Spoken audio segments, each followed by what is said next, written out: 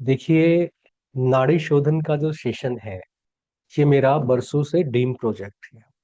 मैं इंजीनियरिंग करने के बाद जब कॉरपोरेट में नौकरी करने लग गया तो मैं बड़ा एलोपैथिक विचारधारा का था। मॉडर्न वेस्टर्न इस विचारधारा का था और जीवन वैसे ही जीता था।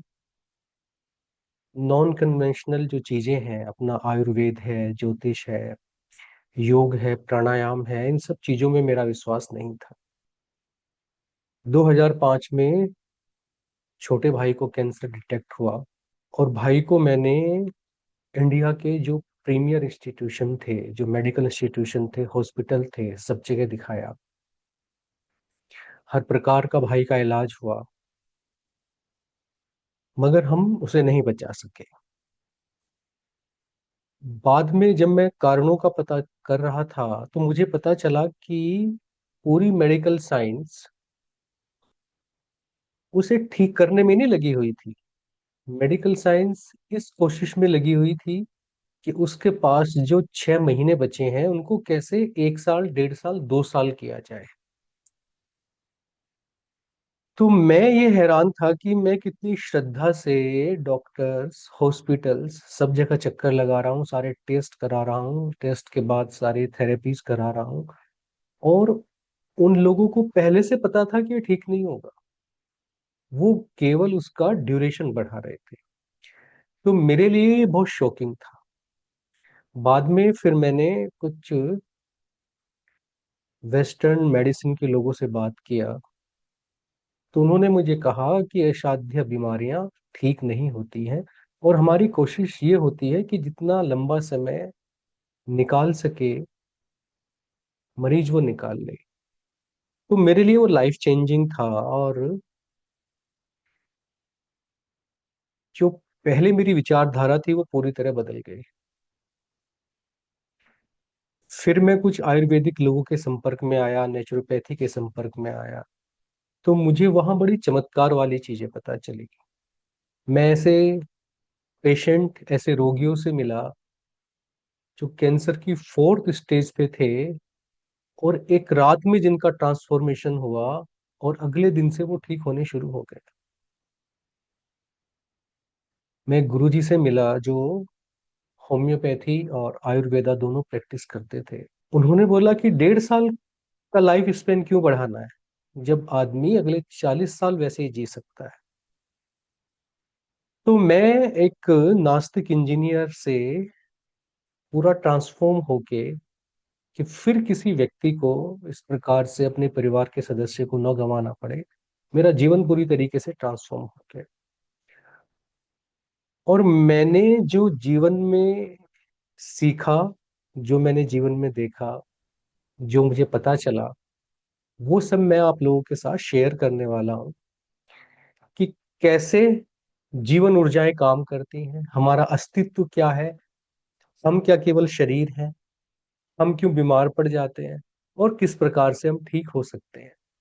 ये सारी जो बातें हैं, ये थोड़ी थोड़ी सी मैं आज इस सेशन के माध्यम से आप लोगों के साथ डिस्कस करूंगा। तो नाड़ी शोधन जिसकी हम बात करेंगे, जो शिव सौर्योदय ग्रंथ है, जो लॉर्ड शिवा के श्लोक हैं, जिसमें उन्होंने नाड़ी शोधन को प्राणायाम का राजा कहा है और उसके जो लाभ बताए हैं। मैं इस पर रिसर्च करता रहा काफी दिन तक, इतने सारे प्राणायाम के बीच में नाड़ी शोधन का क्या महत्व है। और जो रिसर्च सामने आई, जो तथ्य सामने आए, वो केवल चौंकाने वाले नहीं थे, वो मन को प्रसन्न करने वाले थे। और आश्चर्य की बात यह है कि आज जब नाड़ी शोधन को इतना ज्यादा प्रचलित हो जाना चाहिए था, पॉपुलर हो जाना चाहिए था, जन जन तक पहुंच जाना चाहिए था, प्राणायाम की कितनी सारी टेक्निक्स जो सब लोग उनका प्रचार कर रहे हैं, लोग कर रहे हैं मुश्किल से मुश्किल, मगर नाड़ी शोधन को लोगों ने उस प्रकार से नहीं अपनाया। वैसे तो स्वर विद्या की अगर बात करें, जिसका नाड़ी शोधन पार्ट है, वो स्वर विद्या ही अपने आप में इतनी अद्भुत है कि जीवन उससे ट्रांसफॉर्मेशन हो जाता है। तो जो अपना सेशन होगा नाड़ी शोधन का 45 मिनट का मॉर्निंग में, उसके क्या बेनिफिट होंगे? देखिए, स्वर विद्या की जहां तक बात है, तो स्वर विद्या पर्टिकुलर कम्युनिटी, पर्टिकुलर रिलीजन को पिछले 4,000 5,000 सालों से पता है, और वो उसको प्रैक्टिस करते हैं। अब देखिए कि दुनिया के 90% रिसोर्सेज, पैसा 1% लोगों के पास है। आपको क्या लगता है, बाई चांस है? ये बाई चांस नहीं है। उन लोगों ने वो विधियां खोजी हैं, वो अफर्मेशंस खोजे हैं, वो मैनिफेस्टेशंस खोजे हैं, जिससे आप जो इच्छा करते हैं ब्रह्मांड उसको पूरी कर देता है। हमारे जैसे जो लोग हैं, उन तक वो विद्या क्यों नहीं पहुंची? क्या ये ईश्वर की मर्जी थी, इग्नोरेंस थी, या हम उसके लिए तैयार नहीं थे? ये कहना मुश्किल है। मगर स्वर विज्ञान के द्वारा, स्वर विद्या के द्वारा, नाड़ी शोधन के द्वारा आप जो इच्छा यूनिवर्स को देते हैं, वो इच्छा पूरी हो जाती है। और ये केवल कोई थ्योरी नहीं है, ये बहुत बड़ा प्रैक्टिकल है। अगर हमें वो विश यूनिवर्स के, ईश्वर के, अपने गुरु के सामने रखना आ गया, ठीक से आ गया, वो तरीका हमें पता चल गया, तो कोई कारण नहीं है सारी कायनात आपकी इच्छा पूरी करने में जुट जाए। दूसरी जो चीज इस 45 मिनट के सेशन से होगी, जो मॉर्निंग में करेंगे, वो आपकी हेल्थ है। बीमारियों की बात है, किसी भी प्रकार की बीमारी हो, किसी भी प्रकार की, एक साधारण जुकाम से लेके असाध्य बीमारियों तक, जिन्हें विज्ञान पूरी तरह असाध्य मानता है, उन सारी बीमारियों में 10% से लेके और 100% तक लाभ प्रत्येक व्यक्ति को होता है। किसे कितना लाभ होगा, ये उसके बिलीफ पे डिपेंड करता है, ये सब कॉन्शियस के पैटर्न पे डिपेंड करता है, जिसके बारे में हम अभी बात करेंगे कि व्यक्ति उस विधा को, उस विद्या को कितने मन से आत्मसात कर रहा है, किस लेवल तक उसे फील कर रहा है, वहां तक उसका विश्वास है, श्रद्धा कितनी है, इस बात पे डिपेंड करेगा कि वो विद्या उसे कितना फायदा करने वाली है। लाइफ में तीसरी चीज है अबंडेंस, प्रचुरता, समृद्धि। तो जीवन में जो कमियां हमें नजर आती हैं, जीवन में जो अधूरापन नजर आता है, जीवन में जो हमें लगता है कि हमें वो नहीं मिला जो हम डिजर्व करते थे, ये जो 45 मिनट्स आप मॉर्निंग में लगाने जा रहे हैं, ये आपके जीवन में अबंडेंस भी लेकर आती है, अगर आप उसे श्रद्धा और तरीके से और निरंतर करें। तो ये सब हो सकता है, मगर इसके लिए क्या है? ईश्वर का आशीर्वाद, ईश्वर की कृपा जरूरी है। ईश्वर की कृपा किसको मिलती है? जो मेरा अपना अनुभव है इस विद्या के साथ 2005 से पिछले 20 सालों में, कि ईश्वर उन्हीं लोगों को अपनी कृपा से, अपने ग्रेस से भरता है जो उस पर विश्वास करते हैं, जो श्रद्धा रखते हैं, जो उसे क्वांटिटेटिव टर्म में देखते हैं। उस पे ये विद्या काम नहीं करती। उन पे फिर आपकी जो वेस्टर्न मेडिसिन है, जो कन्वेंशनल मेडिसिन है, जो आपके अन्नमय कोश पे कार्य करती है, केवल वही विद्या काम करती है। क्योंकि प्रत्येक व्यक्ति पे समान रूप से जो चीज कार्य करती है वो मृत्यु है। समान रूप से प्रत्येक व्यक्ति पे जो कार्य करता है वो विष है।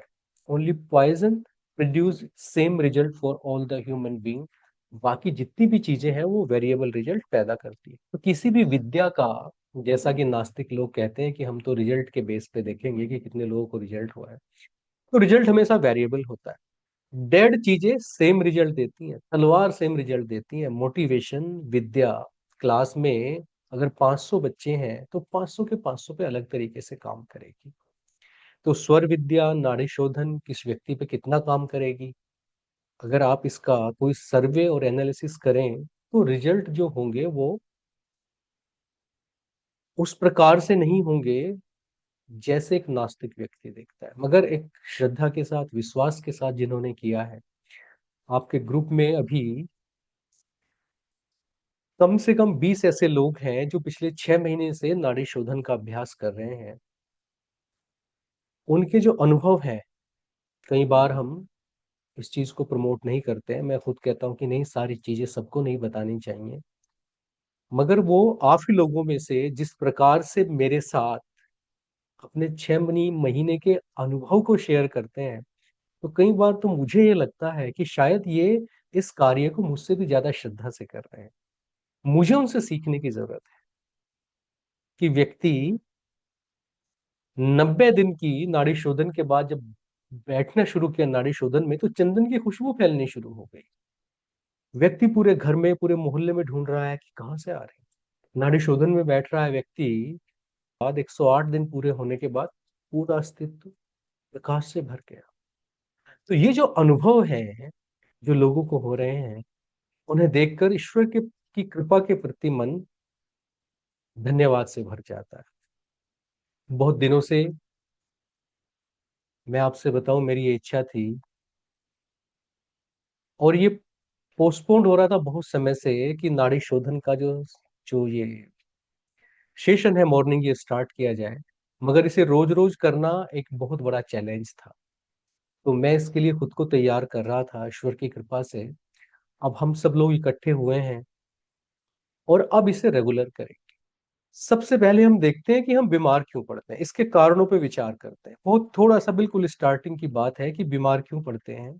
तो देखिए, सबसे पहले जो व्यक्ति बीमार पड़ता है वो बाहरी कारणों से पड़ता है। कुत्ते ने काट लिया, कोई नेचुरल बीमारी आ गई, इन्फेक्शन आ गया, कोई वायरस की बीमारी आ गई, कोई व्यक्ति किसी के संपर्क में आया।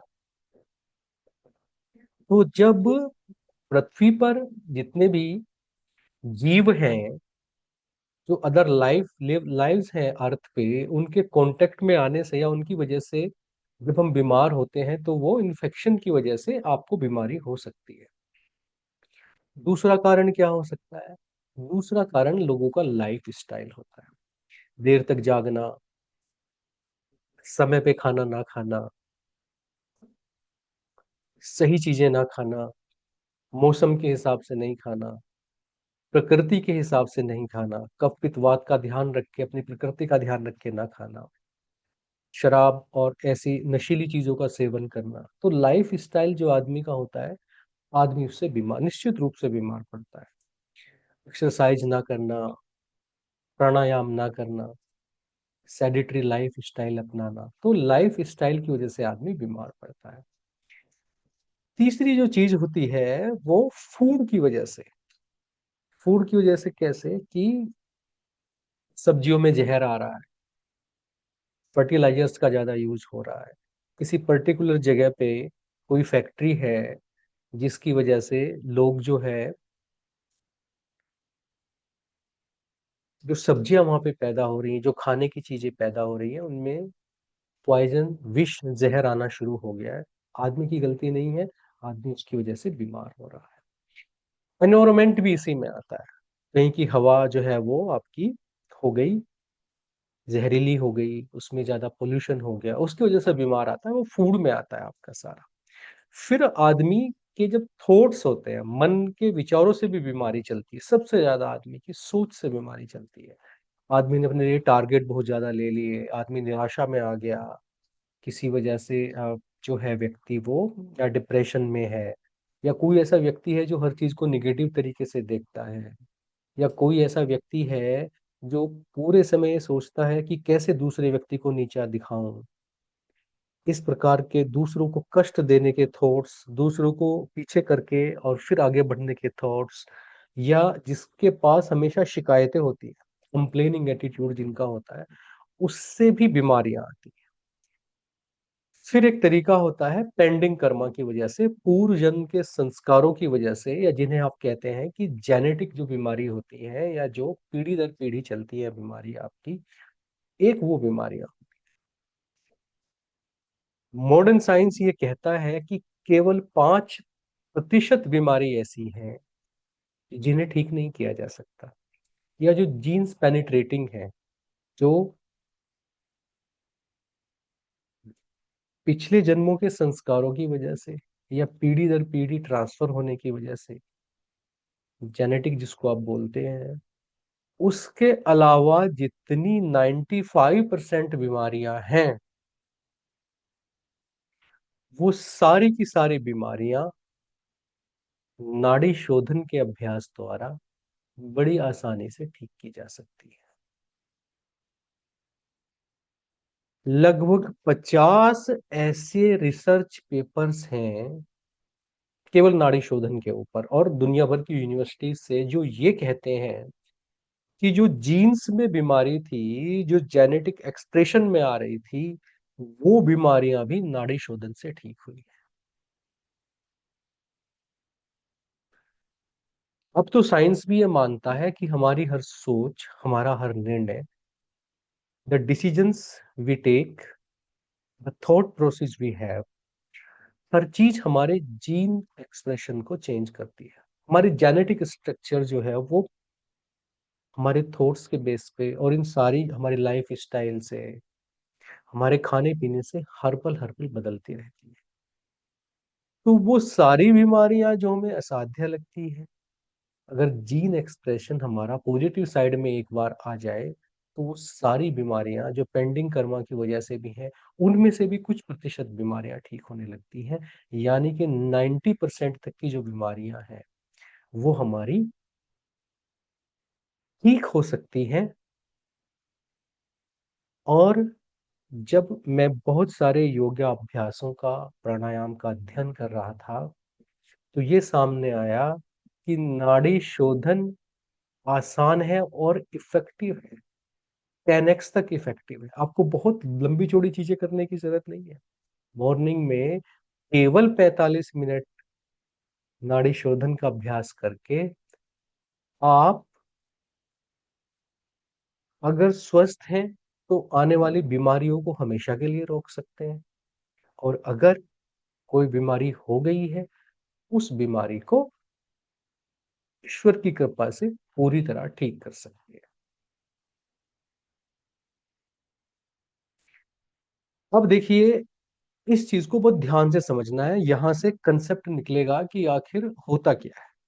हमारा एक होता है मनोमय कोश, ऊपर के विज्ञान में कोश और आनंदमय कोश को भी छोड़ देता हूं। तो मेनली हमारी जो बीमारियां हैं, हमारी जो गरीबी है, हमारे अंदर जो पूर्ण इच्छाएं हैं, जो फ्रस्ट्रेशंस हैं, वो 3 शरीरों पे चलते हैं।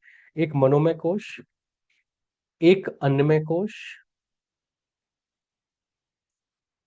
और एक प्राणमय कोश। अन्नमय कोश कौन सा है? ये जो शरीर हमें दिखता है, जिसमें हम खाते पीते हैं, अनुभव करते हैं चीजों को, इसको अन्नमय कोश बोलते हैं।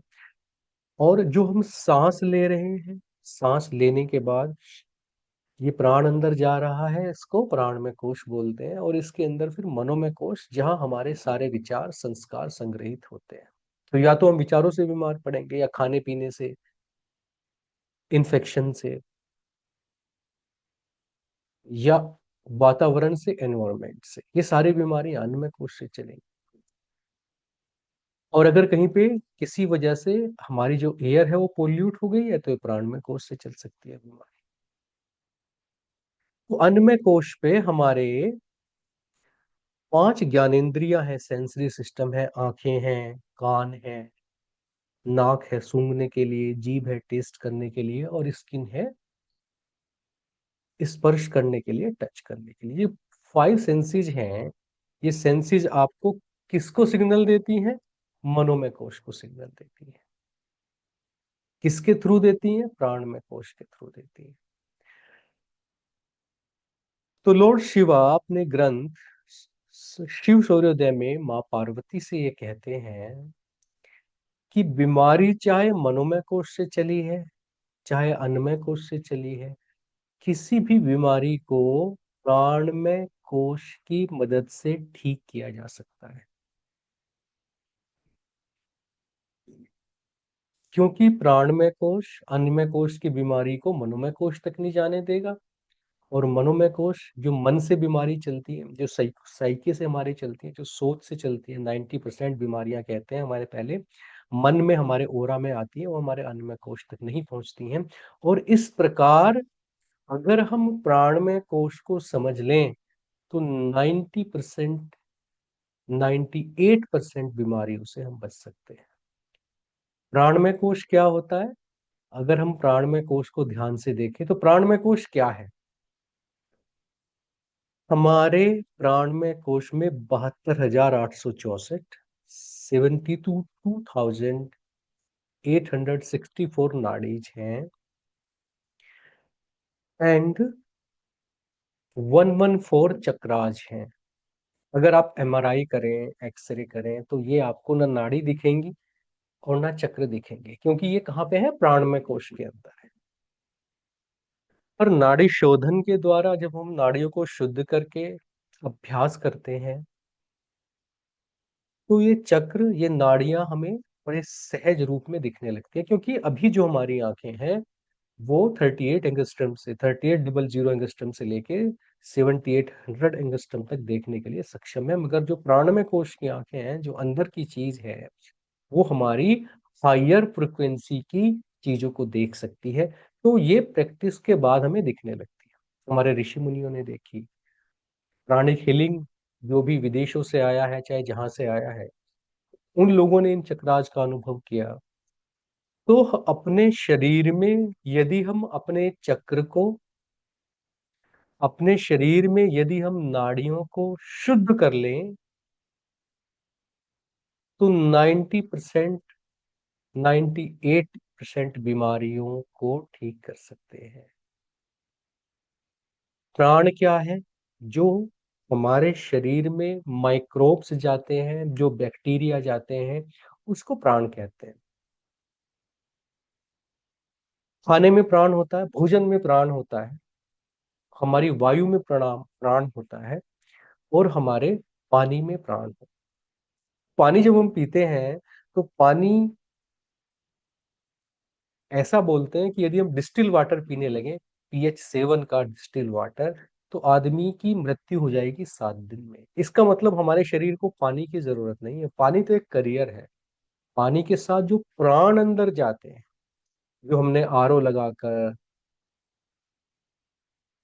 दूषित करके पानी को, माइक्रोब्स को मार डाला है, और हमारे दिमाग में चलता है टीडीएस, हमारे दिमाग में चलता है वाइटामिन्स, हमारे दिमाग में चलता है न्यूट्रिएंट्स। ये सब डेड चीजें नहीं हैं। जो भोजन हम खाते हैं, वो केवल विटामिन, कैल्शियम, कार्बोहाइड्रेट, प्रोटीन, जो हम ये डेड चीजों के रूप में लाइफ को देखते हैं, वो भोजन में हमारे अंदर प्राण जाते हैं। जैसे आप कोई भी वनस्पति लें, अगर आपने उसे पकाकर, उबाल के, प्रोसेस करके नहीं खाया है, तो उसके अंदर जो प्राण है वो हमारे शरीर में जाएंगे, हमारे शरीर का हिस्सा बनेंगे। हमारे शरीर के अंदर 100 ट्रिलियन बैक्टीरिया हमेशा रहते हैं। इसमें सबसे ज्यादा हमारे गट में रहते हैं। हमारे गट में जो बैक्टीरिया रहते हैं, वही हमें स्वस्थ रखने के लिए, अब जैसे कोई आदमी अगर डिप्रेशन में जा रहा है, तो उसका पेट खराब होने लगता है, और जिसका पेट लगातार खराब होता है, आईबीएस वगैरह की बीमारी होती है, डॉक्टर उसको डिप्रेशन की दवाई देने लगते हैं, क्योंकि उसके माइक्रोब्स डिस्टर्ब हो गए। तो माइक्रोब्स हमारे अंदर कैसे जाते हैं, जिसे हम प्राण बोलते हैं? समुद्र मंथन की कहानी भी वही कहानी है, प्रतीकात्मक कहानी है। प्राण कैसे जाता है शरीर में? या तो जल से जाएगा, जो हम ग्रहण करेंगे, स्वर से जाएगा, इसलिए तो हमारे नाक में इतने सारे बाल हैं, फिल्टर करने के लिए। हमें लगता है कि पार्टिकल्स को फिल्टर कर रहे हैं, नहीं, प्राण को फिल्टर करता है। तो भोजन द्वारा, जल द्वारा और सांस द्वारा जो प्राण हमारे अंदर जा रहा है, यदि हम उस प्राण को कंट्रोल कर लें, तो हमारी प्रतिरोधक क्षमता, हमारी इम्यूनिटी पावर, हमारी बॉडी की रेजिस्टिव पावर हमेशा के लिए स्ट्रोंग हो जाती है, और हम बीमारियों से, हमारा शरीर लड़ लेता है। अब देखिए, आप कुछ भी मान लीजिए कि प्रेशर कुकर में बॉयल करके खा रहे हैं, या प्रोसेस करके खा रहे हैं, या आप माइक्रोवेव में डाल के खा रहे हैं, तो आपने उसके अंदर जो माइक्रोब्स थे, जो आपको माइक्रोस्कोप लगा के उसके अंदर दिखते बैक्टीरिया, वो सारे के सारे तो आपने मार दिए। तो बॉडी में जो आर्मी जो आपके भर्ती होनी थी, वो तो क्या हो गया, घायल हो गई, बीमार हो गई। तो बीमार बैक्टीरिया आपके अंदर जा रहे हैं, या डेड जा रहे हैं, जो आपने माइक्रोवेव से। तो बॉडी में जो माइक्रोब्स का वेरिएशन है, वो काफी कम हो गया। इसकी वजह से हमारी इम्यूनिटी पावर खत्म हो जाती है। दूसरे, जो बहुत महत्वपूर्ण बात है, जो मैं आप लोगों को बताने वाला हूँ, कि यदि हम सांस को अंदर लेके एक अलग पैटर्न में उसको रोकें और निकालें, तो जो माइक्रोब्स अच्छे वाले अंदर जाते हैं, बॉडी उन्हें एब्जॉर्ब कर लेती है, और जो खराब है उनको अंदर मरने का टाइम मिल जाता है, खत्म करने का टाइम मिल जाता है।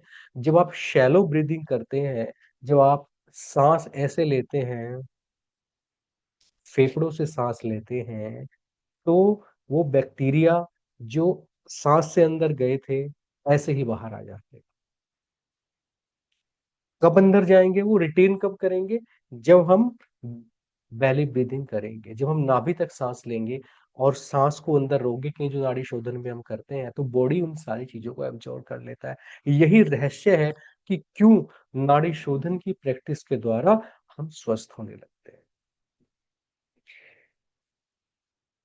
थोड़ी सी आगे की बात करते हैं, ध्यान से देखना है कि जो हमारा मनोमय कोश है वो बेसिकली हमारा बुद्धि और मन जो है हमारा,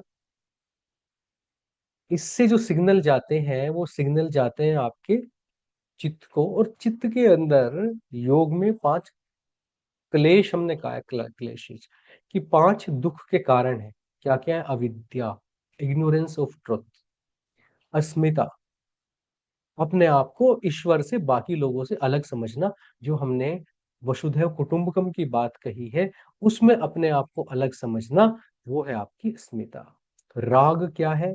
कुछ चीजों के लिए अटैचमेंट हो जाना। द्वेष क्या है? कुछ लोगों के लिए जेलसी या एंगर आ जाना। और अभिनिवेश क्या है? खो जाने का डर, छिन जाने का डर, मर जाने का डर। ये जो पांच जो क्लेश हैं, ये हमें कहीं ना कहीं बीमार करते हैं, पतंजलि ऐसा बोलते हैं। ये हमारे चित्त के अंदर, हमारे कर्माशय में ये पांच प्रकार के जो क्लेश होते हैं, मन से जो बीमारी चलती है वो इन्हीं का कारण होती है। और ये जो मन से बीमारियां चली हैं, ये कहाँ पे रिफ्लेक्ट होती हैं? ये बॉडी के अंदर रिफ्लेक्ट होती है। और ये जो पांच सेंसेस हैं हमारी, इनसे सिग्नल लेके मनोमय कोश इस बीमारी को भेजता है, कहाँ? चित्त के अंदर, जहाँ पे नए नए संस्कार बनते रहते हैं। तो जब हम नाड़ी शोधन का अभ्यास करते हैं, जब हम पतंजलि की विधियों का अभ्यास करते हैं, तो मन का जो कनेक्शन है इन कर्माशय के साथ, चित्त के साथ, वो धूमिल पड़ने लगता है। और जो क्लेशाज है पुराने, वो प्राणायाम करने से, ध्यान करने से ठीक होने लगते हैं और नए संस्कार नहीं बनते। और इस प्रकार से अगर हम पतंजलि योग सूत्र की बात करें, तो वहां से ये फिलोसफी निकल के आती है कि कैसे हम प्राणायाम से निरोग होने लगते हैं। ये बहुत गहराई की बातें हैं। ये पूरे साल में बीच बीच में हर महीने हम लोग सेशन करेंगे, जिसमें हम ये देखेंगे कि किस प्रकार से जो अभ्यास हम कर रहे हैं उसका साइंटिफिक बेस क्या है, उसका स्पिरिचुअल बेस क्या है। तो नाड़ी शोधन कहाँ काम करता है? नाड़ी शोधन काम करता है आपका प्राणमय कोश के ऊपर, जहां आपकी पांच प्रकार की वायु, प्राण, उदान, समान, व्यान, अपान, ये पांच प्रकार की वायु जो प्राणमय कोश में है, वो नाड़ी शोधन से जब शुद्ध होती हैं, क्योंकि शरीर में किसी भी चीज का प्रवाह, चाहे वो ब्लड का है, चाहे वो शुक्र का है, चाहे वो पसीने का है, वो सारे प्रवाह किससे होते हैं? आपके वो पांच प्रकार की वायु से होते हैं। तो बहुत सारे इलाज करना, रोज 10,000 स्टेप्स चलना, जिम में जाना, लाइफ स्टाइल अपनाना, दुनिया भर के सप्लीमेंट खाना, अभ्यास करना, ये सारी चीजें एक तरफ, और नाड़ी शोधन का अभ्यास दूसरी तरफ इतना इफेक्टिव है कि अब तो कम से कम 50 ऐसे रिसर्च पेपर हैं जो नाड़ी शोधन के इस हीलिंग पावर को सबके सामने लेके आ रहा है। थोड़ा सा पतंजलि अष्टांग योग के बारे में बात करेंगे, जो बहुत महत्वपूर्ण है। पतंजलि जो कह रहे हैं, देखिए इफेक्टिव कैसे होगा, हमें इस चीज पे ध्यान देना है कि किस प्रकार से ये इफेक्टिव होगा। पतंजलि सब बात करते हैं अष्टांग योग की, यानी कि 8 लिम्स ऑफ योगा में यम, नियम, आसन, प्राणायाम, प्रत्याहार, धारणा, ध्यान एवं समाधि, इन पांच चीजों की बात पतंजलि करते हैं। तो यम का मतलब क्या है? यम का मतलब है सोशल हाइजीन।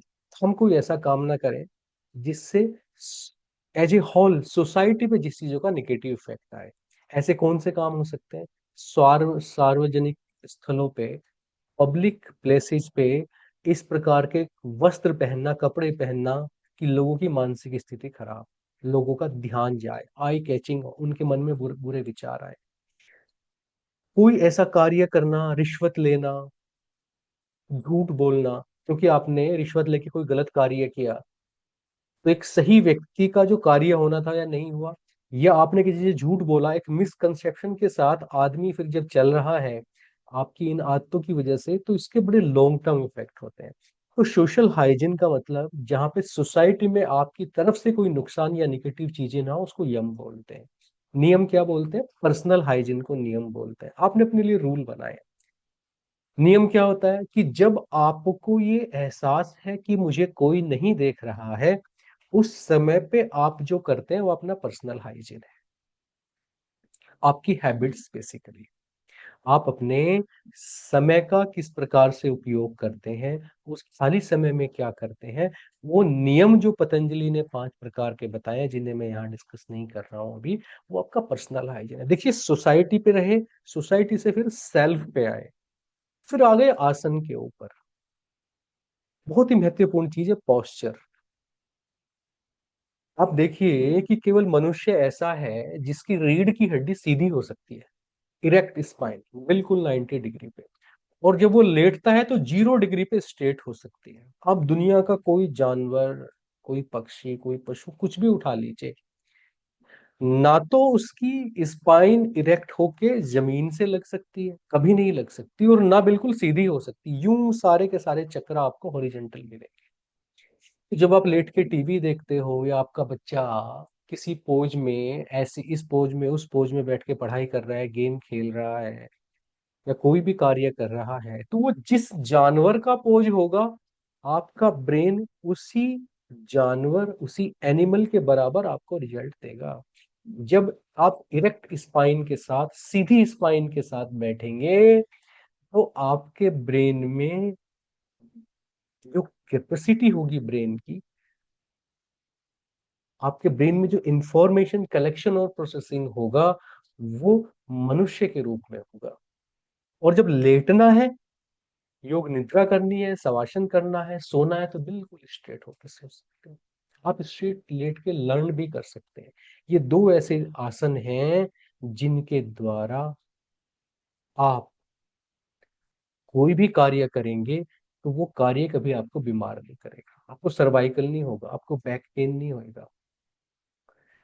दूसरे है आपका आसन पैरों का। जब भी पैर आपके मुड़े होते हैं, सीधे नहीं होते, है ना, क्योंकि हमारी कल्चर में हमने यूरिन पास करना, नहाना, खाना, ये कभी भी खड़े होके नहीं किया। और ये पैर हमेशा हमारे मुड़े होते थे, कार्य बैठ के करने के कार्य हैं। इन आसन का बड़ा फर्क पड़ता है। तो सुखासन, पद्मासन, अर्ध पद्मासन, किसी भी आसन में जिसमें पतंजलि कहते हैं कि आसन का मतलब है जिसमें आपको आसानी, उसमें बैठ जाए। मगर आसन का क्या है? कोई भी आसन जो भी लगाना है, बहुत गहरी बात बता रहा हूं, ध्यान से सुनना इस बात को, कि प्राणायाम ध्यान उसी आसन में करना है जब आपके हाथ, हथेलियां और पैरों के तलवे ऊपर की तरफ हो। आपने देखा है इस्लाम में जब लोग नमाज पढ़ते हैं, उनका जो पोज होता है, वज्रासन में बैठते हैं वो, तो उनके पैरों के तलवे और उनकी हथेलियां दोनों आसमान की तरफ होती है। आप देखिए हमारी सभ्यता में जब हम पद्मासन लगाते हैं और हम ज्ञान मुद्रा लेते हैं, ज्ञान मुद्रा और पद्मासन में आपके पैर दोनों आसमान की तरफ होते हैं। कभी भी प्राणायाम का अभ्यास करते समय आपके पैरों के तलवे कभी भी अर्थ को टच नहीं करने चाहिए, हमेशा आसमान की तरफ होने चाहिए, ग्रेस के लिए। नहीं हो सकते तो पालथी लगा के उनको ऐसे कर लो। वो भी नहीं हो पा रहा है स्थिति नहीं है। 6 महीने के बाद तो सभी व्यक्ति जब अभ्यास करते हैं तो 6 महीने के बाद सबकी सुखासन लगने लगता है, सब लोग बैठने लगते हैं, मगर शुरू में नहीं बैठ रहे हैं और कुर्सी पे बैठना पड़ रहा है। हमेशा पैरों के नीचे मैट रखेंगे या कोई भी इंसुलेटेड चीज रखेंगे, आपके पैर जमीन को टच नहीं होने। आइसोलेशन चाहिए उस टाइम। हाथ ऐसे, ये आपके आसन है। महत्व है इनका, बहुत आसन का महत्व है। चाहे आपके बच्चे पढ़ाई कर रहे हो, चाहे आपके बच्चे आसन कर रहे हो, बच्चों को ये चीज हमेशा बता के रखनी है। आसन, आसन के बाद क्या आया? प्राणायाम। तो प्राणायाम बहुत प्रकार के हो सकते हैं, मगर हम बात करेंगे नाड़ी शोधन, क्योंकि मेरे गुरु कहते थे हाथी के पैर में सबका पैर। तो जो हाथी का पैर है, जो सबसे बड़ा है, जिसके अंदर हर जानवर का पैर आ जा रहा है, वो नाड़ी शोधन का अभ्यास है। आपने नाड़ी शोधन का अभ्यास कर लिया तो सारे प्राणायाम उसके अंदर आ गए। और ये अभ्यास इतना सरल है कि इसे कोई भी कर सकता है। जिनको बीपी की प्रॉब्लम है, जिनकी सर्जरी हुई है, ऐसे लोग धीरे धीरे करेंगे। ऐसे लोगों को ये धीरे धीरे करना है। बाकी लोग इसे जैसे चाहें, जितनी स्पीड से चाहे कर सकते हैं। प्रत्याहार, प्रत्याहार का मतलब क्या है? कि चीजों को वैसे देखना जैसे वो है। भोजन है, पर्पज क्या है? बेसिक नीड है, पेट भरना चाहिए। टेस्ट क्यों डाला नेचर ने?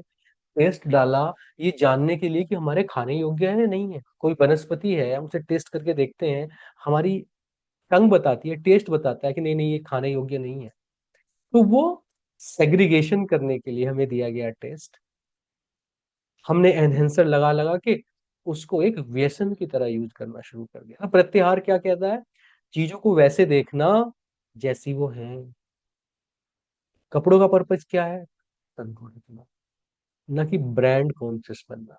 तो जब भी अनावश्यक चीजों को आप जीवन से हटाते हैं, जब भी अनावश्यक चीजों को जीवन से हटाते हैं, तो उसको बोलते हैं प्रत्याहार। आंखों से किसी को देखना, मगर वासना की भावना से ना देखना, एक साक्षी भाव से देखना। कानों से सुनना, साक्षी भाव से सुनना। चीजों को खाना, बेसिक नीड की तरह खाना। सुगंधियों को बिना मतलब नहीं लगाना, और किसी को गलत तरीके से स्पर्श नहीं करना। ये सारी चीजें प्रत्याहार में आती हैं, जब ज्ञानेंद्रिय आपको आइसोलेटेड फील करती हैं, एक विटनेस की तरह काम करते हैं, उसको बोलते हैं प्रत्याहार। फिर है धारणा। धारणा का मतलब क्या है? अब ये करने के बाद आपने फोकस किया, एक चीज के ऊपर फोकस कर लिया। वो चीज क्या हो सकती है? वो गुरु का स्वरूप हो सकता है। वो आपका, जब आप नाड़ी शोधन का अभ्यास कर रहे हैं, वो नासाग्र यानी कि टिप ऑफ द नोज हो सकता है। वो कोई फूल हो सकता है सामने, वो आपके गुरु का छोटे रूप में कोई फोटोग्राफ हो सकता है, वो एक काला बिंदु हो सकता है, या वो कोई मोमबत्ती या दिया हो सकता है, जिसके ऊपर आप ध्यान करके स्टार्टिंग में अपना फोकस बनाते हो। ये आपकी धारणा है। फिर ध्यान की बात जब पतंजलि करते हैं, तो ध्यान तो हमारी सभ्यता का, हमारी कल्चर का ऐसे पार्ट है कि हम हमेशा कहते हैं ध्यान से, ध्यान से जाना, ध्यान से करना। तुम्हारा ध्यान कहाँ है? ध्यान का मतलब जब आप जो कर रहे हो 100% वहीं पे हो, फीलिंग के साथ हो, दिमाग कहीं और नहीं चला गया है, उसको बोलते हैं माइंडफुलनेस को ध्यान। वो किससे आता है? धारणा से आता है। पहले हम प्रैक्टिस करते हैं अपने ध्यान को एक चीज में इकट्ठा करने की। जब वो वहां पे फोकस होने लगता है, जब फोकस होने की आदत हो जाती है मन को, तो फिर वो जो होता है वो ध्यान होता है। ध्यान कहाँ रखना है? नाड़ी शोधन करते समय। अगर आपसे कहा जा रहा है कि इस समय लीवर पे ध्यान लेके जाना है, मान लीजिए किसी व्यक्ति को डायबिटीज की प्रॉब्लम है और हमें उसकी डायबिटीज को क्योर करना है, तो हम उसके ध्यान को कहाँ लेकर जाएंगे? चक्र कौन सा होगा? मणिपुर चक्र होगा। कोरोस्पोंडिंग ऑर्गन कौन सा होगा? लीवर होगा। आप कहेंगे पेनक्रियाज होगा, पेनक्रियाज तो बाद में आएगा। बीमारी तो फैट की वजह से लीवर से आ रही है।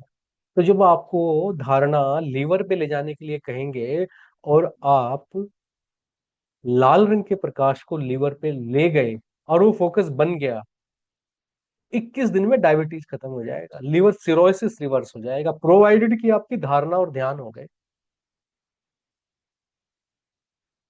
लीवर पे गया, फिर गाल ब्लैडर पे गया, फिर पैनक्रियाज पे गया, हो गया। यूरिनरी ट्रैक की प्रॉब्लम है किसी को, ध्यान को कहाँ ले जाना है, धारणा को कहाँ ले जाना है, यूरिनरी ट्रैक पे ले जाना है। प्रोस्टेट की प्रॉब्लम है, 100% ठीक हो जाएगी। क्या होगा इससे आसान? मैनिफेस्टेशन से, पतंजलि के अष्टांग योग सूत्र से आप कुछ भी ठीक कर ले रहे हैं बिना मेडिसिन के। हाँ, डॉक्टर डिस्पेंजा, और दुनिया में पता नहीं कितने लोग जो बिना औषधियों के ठीक हो रहे हैं। सिंपल है, कोई दवाई नहीं खानी,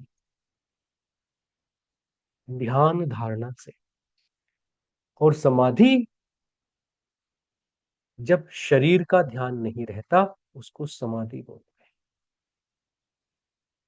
हैं। जब सचिन तेंदुलकर खेलते हैं और तेंदुलकर नहीं रहते, खाली खेल रह जाता है, उसको समाधि बोलते हैं। जब आपका बच्चा पढ़ता है, 18-18 घंटे मेहनत करता है, और जब बच्चा कहीं तिरोहित होके केवल पढ़ाई रह जाती है, समाधि। वो समाधि मिलेगी, वो निश्चित रूप से मिलेगी, आपको हर कार्य में मिलेगी, जिसमें आपको दक्षता लेके आनी है। योगा कर्मेशु कौशलम। अपने एक्शंस में जो स्किल्स है वो किससे आती? समाधि से आती।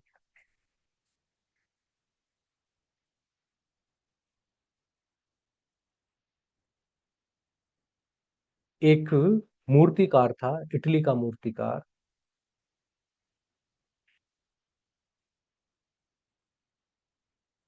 तो जो मूर्तिकार था वो माइकल एंजेलो, कहते इतनी सुंदर मूर्तियां बनाता था कि मूर्तियां ऐसा लगता था जैसे बोलेंगी, आदमी हटता नहीं था कि शायद अभी बोलेगी। तो एक बार वो मूर्ति बना रहा था, डेविड की मूर्ति, और वो 17 दिन तक खड़ा रहा। कहते हैं कि जब वो मूर्ति बना के हटे तो जूते उनके पैरों से स्किन से चिपक गए थे, अलग नहीं हो रहे थे। अलग कर रहे थे तो स्किन अलग हो जा रही थी। उनको पता ही नहीं चला 18 दिन हो गए। ये समाधि। लोग उस मूर्त के पास से नहीं हटते थे, वहां से आया उसके अंदर वो कि शायद ये बोलेगी अभी। समाधि से। तो आपका बच्चा पढ़ाई कर रहा है, अगर वो धारणा ध्यान और समाधि की स्थिति में नहीं गया, सिलेक्शन नहीं होता है। आप पैसे भी खर्च कर रहे हैं, मेहनत भी कर रहे हैं, मगर ये तीन चीजें नहीं आएंगी। ये तीन चीजें कब आएंगी? जब इससे पहले की तीन चीजें आएंगी। और इससे पहले की तीन चीजें कब आएंगी? जब शुरू की दो चीजें आएंगी। देखिए, बुर्ज खलीफा, इतनी ऊंची बिल्डिंग बनाई है, आपने सोचा है कभी उसकी ग्राउंड फ्लोर और उसकी जो नींव है, नीचे जो बेस है, जो फाउंडेशन है, उस पे कितना लोड आता होगा? इंजीनियर ने, आर्किटेक्ट ने सबसे पहले तो ये देखा होगा कितनी गहराई तक नींव बनानी है, कितनी चौड़ी बनानी है। यम और नियम जीवन की यही नींव है। इन दो चीजों को ठीक करना है। अगर आप नाड़ी शोधन कर रहे हैं मगर रिश्वत लेते हैं, झूठ बोलते हैं, दूसरे आदमी को नुकसान पहुंचाते हैं, पर्सनल हाइजीन में नहीं रहते हैं, और फिर नाड़ी शोधन कार्य नहीं कर रहा है, नहीं करेगा। आप 10% ईमानदार है, 10% काम करेगा। 20% है, 20% काम करेगा। और नाड़ी शोधन करने के बाद की जो स्थिति है, ये सारी चीजें फिर आपके अंदर आने लगती हैं। तो ये केवल वेलबींग का टूल नहीं है, ये अबेंडेंस का टूल भी है। ये आपको जीवन में वो सब दे सकता है जिस उद्देश्य के लिए हम पैदा हुए। और मेरा जब ये फ्लैगशिप प्रोग्राम है, देखिए,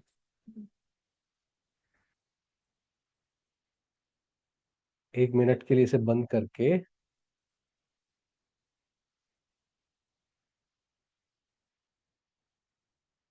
नारी शोधन का जो ये मेरा महत्वाकांक्षी प्रोजेक्ट है, इसे बहुत बड़े लेवल पे लेके जाना है। इतने बड़े लेवल पे लेके जाना है कि ये मिशन हेल्दी प्लेनेट बन जाए।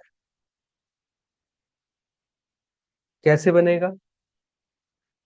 ये बनेगा जब हम सब एक साथ अपना स्वार्थ छोड़ के और पूरी मानवता की भलाई के लिए काम करें। तो मेरी ये इच्छा है। इसकी फीस क्यों रखी? इसकी फीस रखी क्योंकि इससे जो भी कलेक्शन आएगा उसका 80% हम लोग अपने होलिस्टिक हेल्थ सेंटर पे लगाएंगे, उस आश्रम में लगाएंगे जहां एक अमीर आदमी का इलाज मोटी फीस लेके किया जाएगा और एक गरीब व्यक्ति जो फॉर्म में ये लिखेगा कि वो गरीब है, पैसे नहीं है, मुफ्त में किया जाएगा। दवाइयों से नहीं, जीवन शैली से, पतंजलि के 8 नियमों से, उचित खाने पीने से, उचित विचारों से, उचित वातावरण दे के जहाँ पे इलाज किया जाए। लोगों को एजुकेट किया जाएगा कि आप स्वस्थ हो और घर पे जाके लोगों को स्वस्थ करिए। इसकी जो फीस रखी गई है वो एक महीने में जो 8 क्लासेस चलती है हमारे कोर्सेज की, उस फीस के बराबर पूरे साल की फीस रखी है। ये बहुत बड़ा चैलेंज है। ये हमारे लिए भी चैलेंज है, आप सबके लिए चैलेंज है कि पूरे के पूरे साल इस विद्या को करना। मगर मैंने लोगों को देखा जिन्होंने 10 साल, 10-10 साल तक विद्या को किया है और लोगों को जोड़ा। 20-20 हजार, 2-2 लाख लोगों को जोड़ा ऐसा कर रहे हैं लोग। तो ये मिशन है, ये मिशन हमारा है। ये प्रकृति की प्लानिंग है, हमें तो केवल उसका निमित्त मात्र बनना है कि लोग जो अनजाने में बीमार हो रहे हैं, जिन्हें नहीं पता कि वो जो खा रहे हैं उसके अंदर कितनी जहर की मात्रा, पॉइजन भर दिए गए, वो जिस हवा में सांस ले रहे हैं वो उस हवा में सांस लेने के लिए अगर आप नाड़ी शोधन करके ब्रेथ को अंदर रोकेंगे, अगर आप कुंभक करेंगे, तो जो हार्मफुल बैक्टीरिया है वो बॉडी में नष्ट हो जाएंगे। जो आपके बैक्टीरिया अच्छे वाले हैं, हेल्दी बैक्टीरिया हैं, वो शरीर में चले जाएंगे। तो आप देखेंगे कि उस वातावरण में जहां पर पोल्यूशन बहुत ज्यादा था, आपने ब्रीदिंग एक्सरसाइज को किया, तो उस ब्रीदिंग एक्सरसाइज से आप दिन पे दिन स्वस्थ होते जा रहे हैं। तो अपने होलिस्टिक हेल्थ सेंटर पे लोगों को ट्रेन करना है। उसके पीछे सब्जियां उगा के आश्रम के लिए, सेंटर के लिए, वहां पे गाय रख के सेंटर के लिए उचित दूध की, उचित भोजन की व्यवस्था रखनी है, जिससे लोगों को वो मॉडल दिया जाए कि कैसे लोग एक अच्छा जीवन जी सकते हैं। अरोरा जी पूछ रहे हैं कि मॉर्निंग सेशन का टाइम क्या रहेगा। मैं अगली स्लाइड आपको दिखा देता हूं ताकि आपको।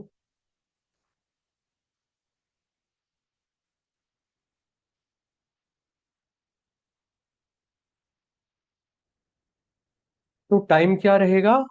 देखिए, सुबह 3:50 पे उठना है। स्वर की जो हमारी प्रोटोकॉल है, जो मैं शेयर कर दूंगा ग्रुप पे उन मेंबर्स के साथ जो कोर्स को ज्वाइन करना चाहते हैं, तो सुबह उठना है 3:50 पे और स्वर विज्ञान के हिसाब से अपने दिन की शुरुआत करनी है। दिन के हिसाब से देखना है कौन सा स्वर चल रहा है, स्वर को चेक करना है राइट या लेफ्ट। जो स्वर चल रहा है, सांस को अंदर भर के उसी पैर को बेड के नीचे उतारना है। मैनिफेस्टेशन कैसे करना है, वो सारी चीजें स्वर प्रोटोकॉल में लिखी होंगी जो मैं शेयर कर दूंगा आप लोगों को। फिर आपको 3:55 पे क्या करना है? उषा पान करना। उषा पान क्या होता है कि जब हम सुबह सुबह कुल्ली करते हैं, पानी लेते हैं, तो उस कुल्ली को हम बाहर थूक देते हैं, जबकि रात भर हमारे माउथ के अंदर जो माइक्रोब्स की केमिस्ट्री है वो इतने डाइजेस्टिव जूसेस बनाते हैं इस तरीके के कि उसे अगर हम कुल्ली करके अंदर ले लें तो डाइजेशन कभी खराब नहीं होता। लोग तो सुबह सुबह वो लार को निकाल के यहाँ आंखों पे भी लगाते हैं, आंखें खराब नहीं होती। तो वो जो मेडिसिन है आपकी उसको हम सुबह सुबह बाहर फेंक देते हैं। तो सुबह उषापान करना है, ऑयल पुलिंग करनी है। ऑयल पुलिंग का तरीका है नारियल का या तिल का तेल लेके, उसकी भी जो प्रोटोकॉल है, जो तरीका है, ग्रुप पे शेयर कर दूंगा मैं किस प्रकार से करना है। कुछ लोग इसे वीकली करते हैं, आयुर्वेद में इसे प्रतिदिन करने का प्रावधान है। तो ये 5-10 मिनट की जो प्रैक्टिस है आपकी, ये सुबह करनी है आप। जो वात प्रकृति के लोग हैं वो तिल के तेल की ऑयल पुलिंग करेंगे। जो पित्त प्रकृति के हैं वो नारियल तेल की करेंगे। और जो कफ प्रकृति के हैं वो मस्टर्ड ऑयल ले सकते हैं या तिल का तेल ले सकते हैं, दोनों के लिए काम करता है। फिर जो है 4 बजे, जिन लोगों को हनी लेना अलाउड है, जो जैनिज्म में नहीं है, जिन्हें नहीं दिक्कत है, वो 1 स्पून हनी लेके आपको टंग के ऊपर रखना है, गले से अंदर लेके नहीं जाना, है ना, इनहेल नहीं करना है। वो हनी वहीं पे एब्जॉर्ब हो जाएगा। हनी नहीं लेना है तो A2 गाय का घी ले सकते हैं। वार्म वाटर ले सकते हैं, 1 गिलास, 2 गिलास, 3 गिलास अपनी कैपेसिटी के हिसाब से। और जिनको टी की आदत है वो ग्रीन टी भी ले सकते हैं। जिन लोगों को वात की दिक्कत होती है वो गर्म पानी में हनी के बजाय गर्म पानी में नींबू की 2 बूंद डालेंगे। 4 से ज्यादा बूंद डालते ही वो वात बिगाड़ देता है, और 4 तक जो बूंद डालते हैं हम गर्म पानी में, वात को ठीक कर देता है। नींबू निचोड़ना नहीं है पूरा, केवल 4 बूंद डालनी है वात की अगर दिक्कत है, नहीं तो हनी लें आप। अगर पित्त की प्रकृति है तो पानी में घोल के लें, ठंडे पानी में। और पित्त की प्रकृति नहीं है तो ल्यूक वार्म पानी में आप घोल के ले सकते हो, या ऐसे ही जीभ पे रख लेंगे तो वो ज्यादा अच्छा काम करता है।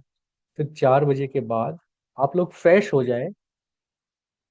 फ्रेश होने के बाद फिर 4:20 पे कोई भी छोटा मोटा आसन करें। सूर्य नमस्कार एक बहुत ही बढ़िया आसन है जिसमें पूरी आपकी रिदम होती है, जिसमें आपकी 12 पोजीशन से, जैसे गाना नहीं चलता है, गाने में पहली लाइन, फिर दूसरी लाइन, फिर बीच में स्टेंजा, फिर लास्ट में दूसरी लाइन, फिर पहली लाइन, तो इस तरीके से जो एक संगीत बनता है, सूर्य नमस्कार वैसे ही है। आप पहले प्रणाम करते हैं, फिर प्रणाम से आप जो है हस्त उत्थान आसन करते हैं, फिर पादास्तासन करते हैं, फिर आप जो है करते हैं अश्व संचालन आसन, फिर आप पर्वत आसन करते हैं, फिर आप साष्टांग नमस्कार आसन करते हैं, फिर आप भुजंगासन करते हैं, फिर से अब रिवर्स होता है, अब आप पर्वतासन करते हैं, फिर आप अश्व संचालन आसन करते हैं, फिर आप पादस्थ आसन करते हैं, फिर हस्त उत्थान आसन करते हैं, फिर प्रणाम करते हैं। तो ये जो आसन है आपका सूर्य नमस्कार, ये कमाल की विधि है। जिनको बीपी की दिक्कत है, जो प्रेग्नेंट बहनें हैं या जिनकी सर्जरी हुई है, इनको ये बहुत धीरे धीरे धीरे, बहुत धीरे धीरे करना है। बाकी लोग जो स्वस्थ हैं उसे वो 30 सेकंड में, जब आदत हो जाती है तो करने लगते हैं। और ये मैक्सिमम 6 टाइम करना है, ज्यादा करने की जरूरत नहीं है, कोई रिकॉर्ड बनाने की जरूरत नहीं है।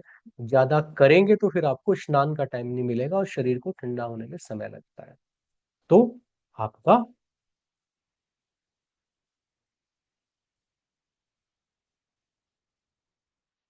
वात पित्त कफ की प्रकृति के लिए जो लोग ज्वाइन करेंगे उनको एक क्वेश्चन आर देंगे, वो क्वेश्चन आर भर के उसमें टोटल चेक करेंगे, वहां से प्रकृति का पता चलेगा।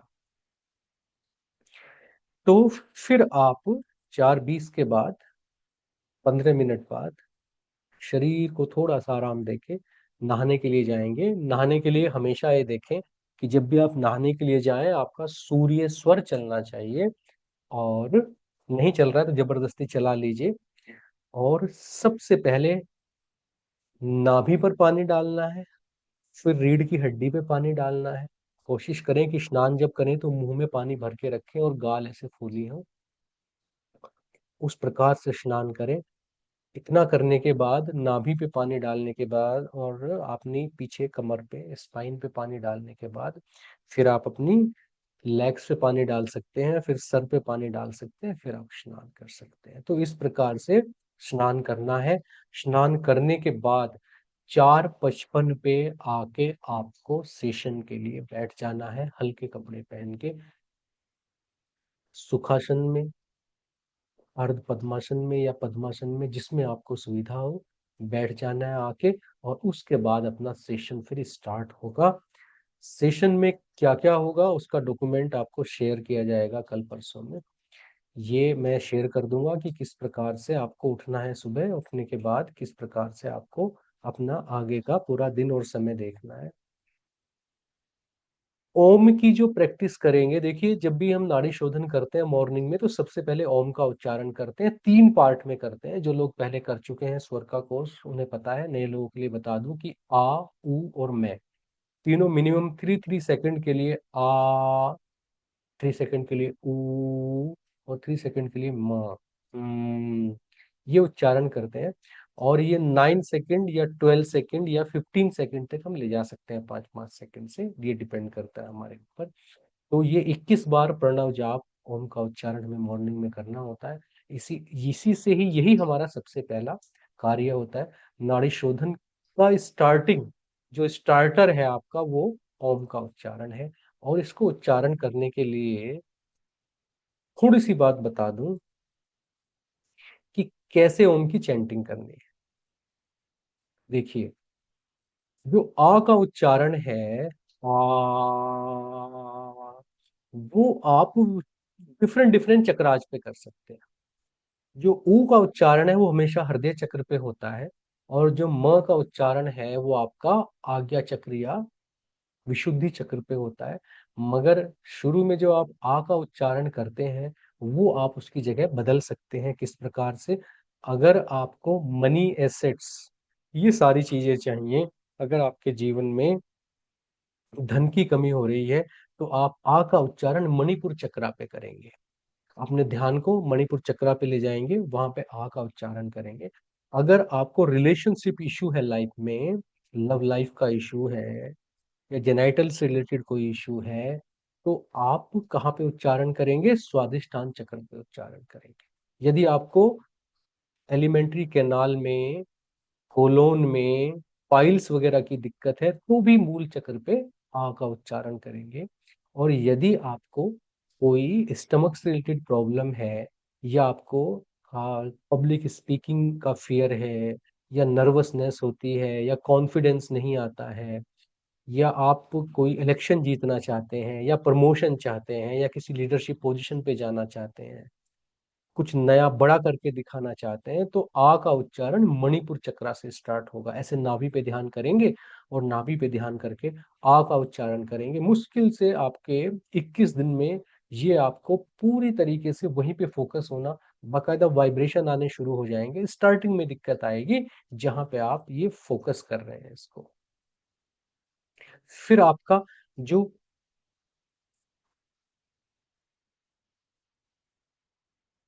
वेल बीइंग है आपको अपनी और पूरी दुनिया की, उसके लिए ऊ का उच्चारण कहाँ पे करना है?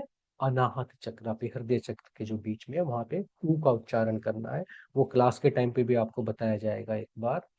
और फिर जो स्पिरिचुअल ग्रोथ है आपकी, जो ट्रांसफॉर्मेशन जो आपको चाहिए, वो आप आज्ञा चक्र पे या कंठ चक्र पे, सहस्रार पे तो जाने की जरूरत नहीं है। आज्ञा चक्र से ये ऊपर नीचे दोनों जगह प्रभावित हो जाता है। तो वहां पे माँ का उच्चारण करते हैं। आ का उच्चारण करने के समय पे आपके जो है पूरा मुंह खुला होता है आ, ऊ के टाइम पे आधा मुंह बंद होता है ऊ, और म के टाइम पे पूरा मुंह बंद होता है इस प्रकार से ये प्रणव का उच्चारण सबसे महत्वपूर्ण कड़ी है नाड़ी शोधन की। ये हमेशा ऐसे ही इसको स्टार्ट करेंगे, शुरू में 21 बार करेंगे, और 1 साल के बाद हम ये कोशिश करेंगे कि आप एक दिन में कम से कम 108 बार इसका उच्चारण करें। तो जब 108 बार आप प्रणव जाप करेंगे, ओम का उच्चारण करेंगे, तो अंदर क्या घटित होगा वो तो आपको 1 साल बाद ही पता चलेगा। देखिए, प्रोटोकॉल है जो ये आरडी नाड़ी शोधन प्रोटोकॉल है, हमारी खुद की डेवलप की गई प्रोटोकॉल है। बहुत रिसर्च के बाद, बहुत सारे रिसर्च पेपर को कंसिडर करके तब ये बनाई गई है। इसमें थोड़े परिवर्तन हो सकते हैं महीनों के हिसाब से, मगर इसको जो डिजाइन किया है अभी रिजल्ट्स के हिसाब से, वो आपको 3 सेकंड से कुंभक स्टार्ट करना है, फिर 6 पे जाना है, फिर 9 पे जाना है, फिर 12 पे जाना है ना। ऐसे 3 पे, फिर 4 5 6, ये तो दिन हो गए आपके। तो ये शुरू का जो 1 महीना है वो हम 1:1, 1:1, 1:3:1, 1:3:1, मतलब अगर इनहेल 3 सेकंड है तो उसको होल्ड 3 सेकंड करेंगे, और एक्सहेल भी 3 सेकंड करेंगे। जब 1:2:1 की बात करेंगे तो इनहेल 3 सेकंड के लिए करेंगे, होल्ड 6 सेकंड के लिए करेंगे, और एक्सहेल 3 सेकंड के लिए करेंगे। फिर जब 1:3:1 है, इनहेल 3 सेकंड के लिए करेंगे, और 3 3 9, होल्ड 9 सेकंड के लिए करेंगे, एक्सहेल 3 सेकंड के लिए करेंगे। तो नाड़ी शोधन के जो रिसर्च पेपर है वो ये कहते हैं कि जब आप इसे 48 सेकंड पे पहुंच जाएंगे साल के आखिर में, वो कहते हैं स्टार्टिंग 3 सेकंड से ही करनी है, और इन स्टेप्स को जंप नहीं करना है कभी भी, क्योंकि अगर आप स्ट्रेस फील कर गए तो फायदे की जगह नुकसान हो जाएगा। तो आपके शुरू के 1 महीने में हम अर्थ एलिमेंट पे काम करेंगे, फिर आपके आगे के जो 40 दिन है वाटर एलिमेंट पे काम करेंगे, फिर आगे के 3 महीने हम फायर एलिमेंट पे काम करेंगे, और आगे के 7 महीने एयर एलिमेंट पे काम करेंगे। इस प्रकार से ये पूरा का पूरा आपका एक प्रोटोकॉल है साल भर का, जिसमें आप आपकी इंटेस्टाइन से लेके और स्पाइन तक, ब्रेन तक, हर एक पार्ट में जो कोरस्पॉन्डिंग हार्मोन है उसका सिक्रेशन है, जो कॉरस्पॉन्डिंग आपके फ्लूइड हैं, चाहे वो ब्लड है, टिश्यूज है, मसल्स है, फैट है, बोन मैरो है, हर किसी के ऊपर काम किया जाएगा। और ये कोई ऐसा नहीं है कि ऐसे ही लिख दिया गया, शास्त्रों में इसका जिक्र नहीं है। ये वाला पार्ट जो ले गया है ये आपके ग्रंथों से नहीं लिया गया, ये रिसर्च पेपर से लिया गया। इसके रिसर्च पेपर तमाम आपको देखने के बहुत अच्छे जर्नल्स में मिलेंगे, जहाँ पे लोगों ने देखा है कि ये हो रहा है।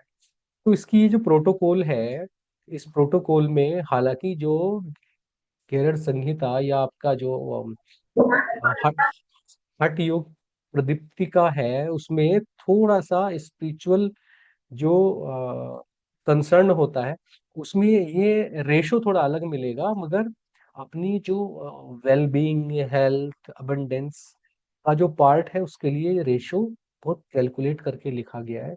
इसी के हिसाब से हम चलेंगे, और साल के लास्ट तक हम इनहेल 12 सेकंड करेंगे, होल्ड 48 सेकंड करेंगे, जो भी हमें नहीं करना है, और एक्सेल 12 सेकंड में करेंगे। और एक्सेल करने के बाद फिर से होल्ड, है ना, 4 आ गया ना ये।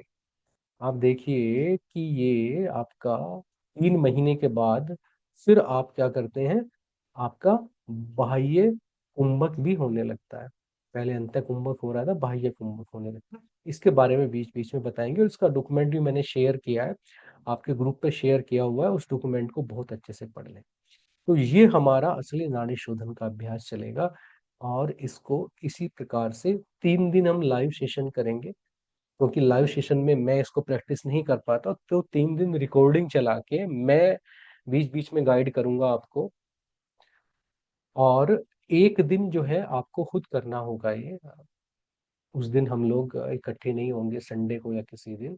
और बाकी के 6 दिन हम सब लोग इकट्ठे होंगे, मगर इसमें गैप नहीं करना है। पूरे 360 डेज तक हम सबको ये कंप्लीट करना है। हम किसी भी स्थिति में कहीं भी हो, हमें ये करना है, कुछ भी करके समय निकालना है। ठीक है, कोई प्रश्न अगर आप लोगों का है तो बताएं। अब हम आपके प्रश्न लेते हैं, बताइए, किसी को कुछ अगर पूछना है इसमें।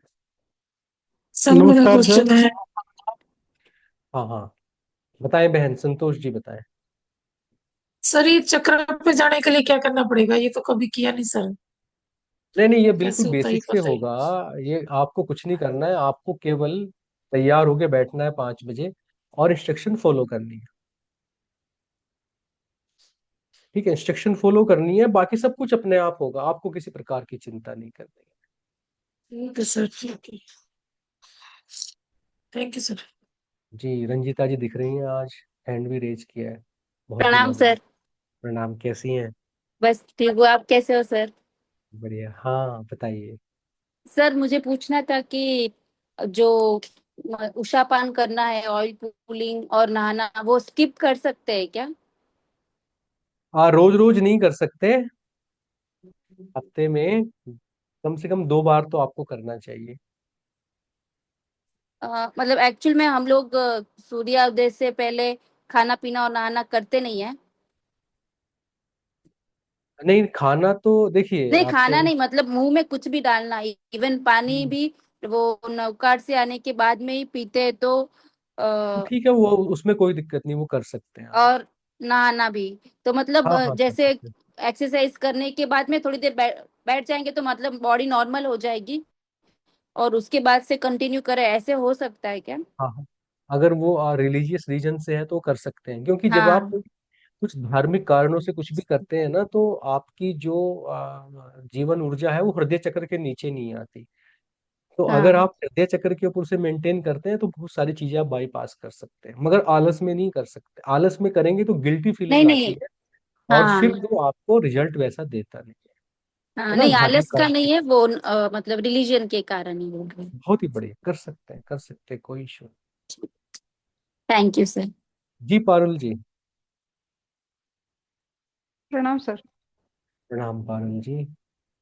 सर जिन्होंने स्वर विद्या नहीं किया वो लोग भी सब ये ज्वाइन कर सकते हैं ना आरडी शोधन? हाँ हाँ, ये बिल्कुल बेसिक से करेंगे, और सारी सारी चीजें थोड़ी थोड़ी करके सबको बताएंगे। ये तो एक मिशन है इसमें। जिन्होंने स्वर विद्या नहीं किया वो धीरे धीरे सीखेंगे, जिन्होंने स्वर विद्या किया उनको तो सब पता ही है।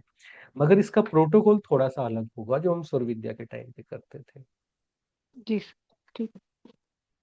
प्रणाम इसको जो सर। बनाया गया है स्वर विद्या में, जो चीज थी दरअसल, तब हम जो है वेल बीइंग को और स्पिरिचुअल मोक्षा को ज्यादा कंसिडर कर रहे थे। ये वाला जो अभी बनाया है प्रोटोकॉल, ये हेल्थ से ज्यादा कंसर्न है, होलिस्टिक हेल्थ से। बॉडी माइंड सोल के लेवल पे हेल्दी कैसे रहना है, क्योंकि जब हम बॉडी माइंड सोल के लेवल पे हेल्दी होते हैं तो बीमारियां तो होती नहीं, अबंडेंस भी नेचुरली ना वो प्रिवेल हो जाती है लाइफ में। तो उसको हेल्थ के लेवल पे रख के इसको डिजाइन किया गया, और 3 सेकंड से किया है। आप इसमें अगर चीजें देखेंगे तो 369 का ही आपको मिलेगा। आप 72,000 नाड़ियों की बात करें, 72,864 नाड़ियों की बात करें, सबका टोटल 9 आता हुआ दिखेगा।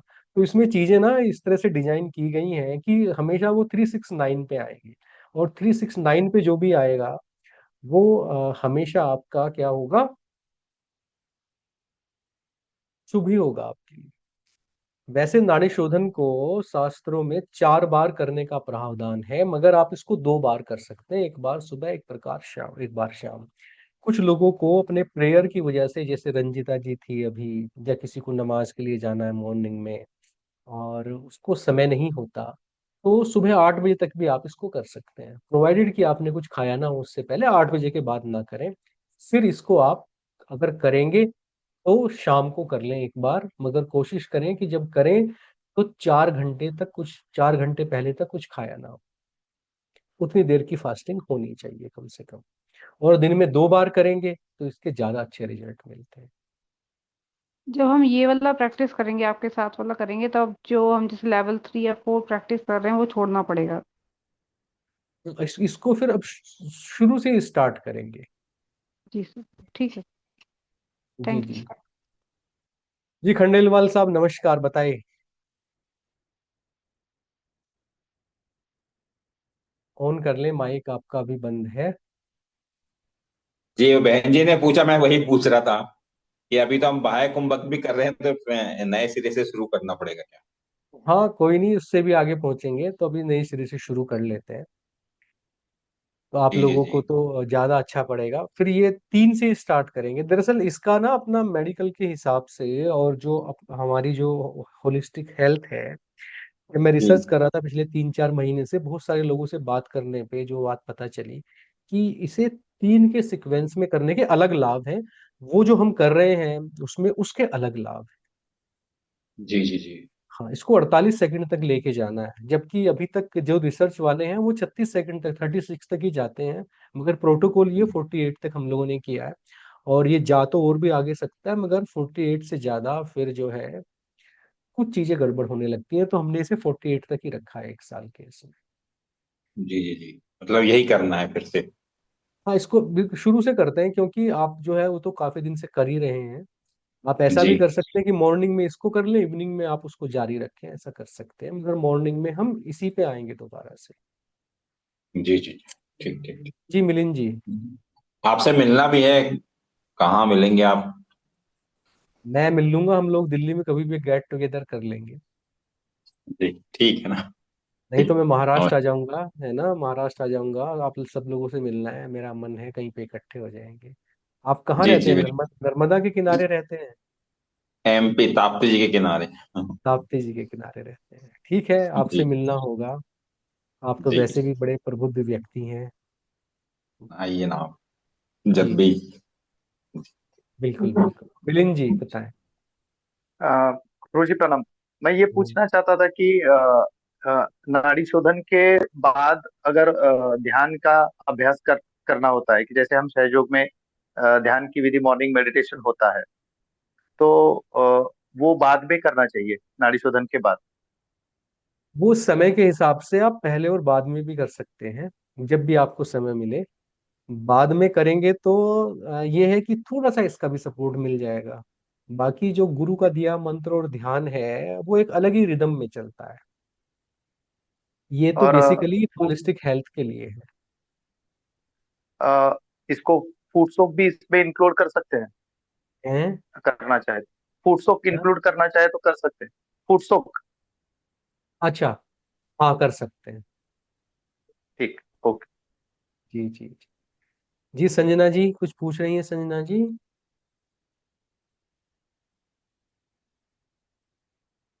जी अमिता जी बताइए। सर, जो आपने एक्सरसाइज बताई है, योगा जो सूर्य नमस्कार बताया है, क्या हम उसको बाद में कर सकते हैं?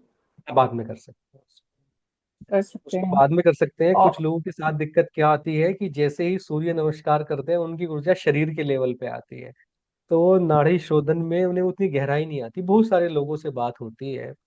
अगर आपको ऐसा लगता है कि सूर्य नमस्कार बाद में करना है, तो आप उसे कर सकते हैं, मगर जब हम योग निद्रा या शवासन की प्रक्रिया करते हैं, उसके बाद जो आपकी जीवन ऊर्जा है वो इतनी इंटरलाइज होती है कि घंटों तो आपका कुछ करने का मन नहीं होता, एक अजीब आनंद की स्थिति होती है।